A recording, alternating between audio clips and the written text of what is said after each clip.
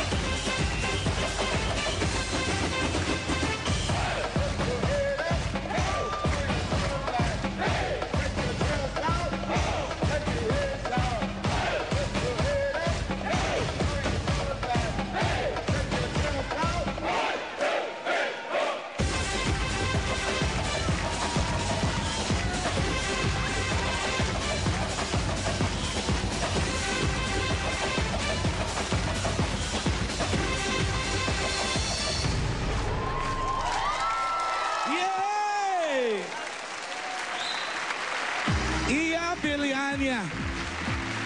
Dahil lang may inaayos na si Iya Villania. Kaya ganun kasi niya. Okay, halika na te.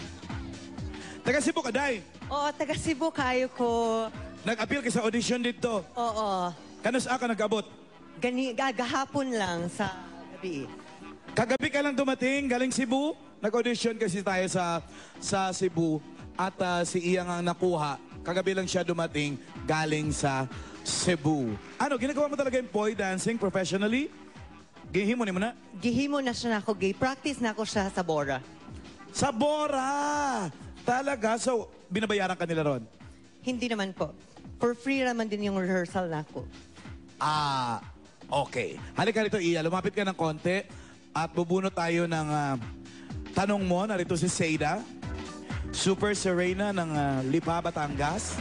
Taga saan ka ba, Seida? Taga San Juan, Batangas po. O, at least tama ako, Batangas ka.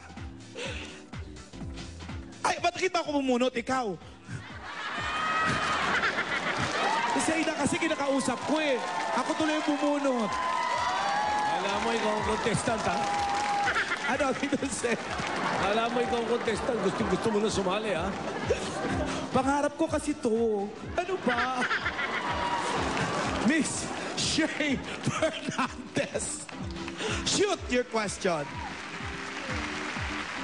Okay, alam naman natin na na madami ng bagay sa mundo na hindi na maganda. Kumbaga nasisira. For example, yung environment natin nasisira na, di ba?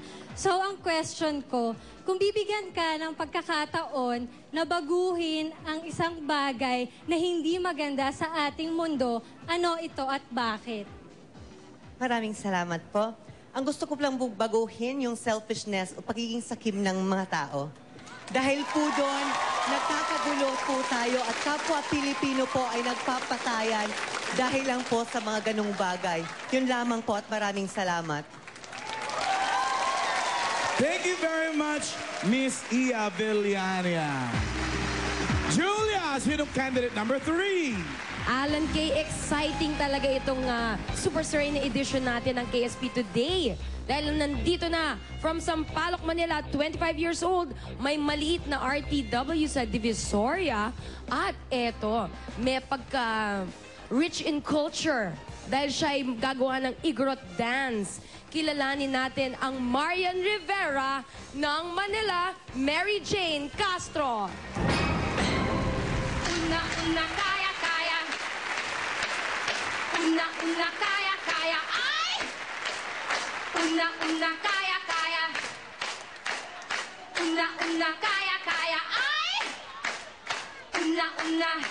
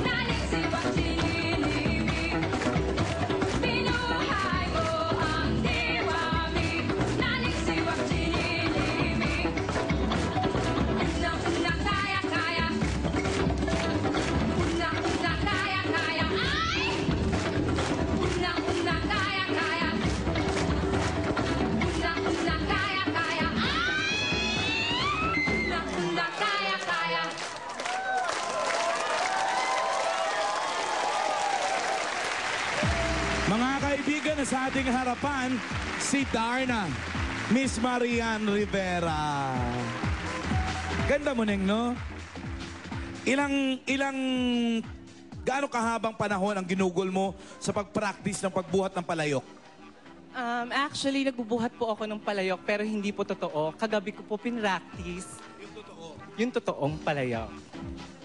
Okay, halika rito, Marian. At pipili tayo ng judge na magtatanong sa'yo. Halika rito, Liceida. Ikaw na pumili. Mamaya magkamali na naman ako. Nininervyos ka? Relax, girl. Kung ako ganyan kaganda, araw-araw ako sa mall. Ipaparada ko mukha ko. Erilyn Chua from Malabon. Home viewer judge ito. Erilyn? Hi! Yes. Ano ang tanong mo kay Marian? Hi, Marian. Hello po, magandang tanghali. Ngayon, alam naman natin na marami na sa ating mga kababayan ang nakakamit ng kanilang mga pangarap. Ang tanong ko sa'yo, ano masasabi mong greatest achievement mo sa iyong buhay? Greatest achievement. Bilang isang individual na tinatawag nilang Sirena, para sa akin, ang pinakamagandang nangyari sa aking buhay ay ang pinaglalaban ko ang sarili ko sa eskwelahan namin dahil nahihirapan po ako pumasok sa pang-araw-araw na pamumuhay. Ngunit, dahil kahit Sirena po ako, pinaglalaban ko po sa mata ng tao at saka sa mata ng Diyos na walang pagiging masama sa pagiging Sirena. Salamat po. Okay ka na ba doon, Erilyn? Okay po.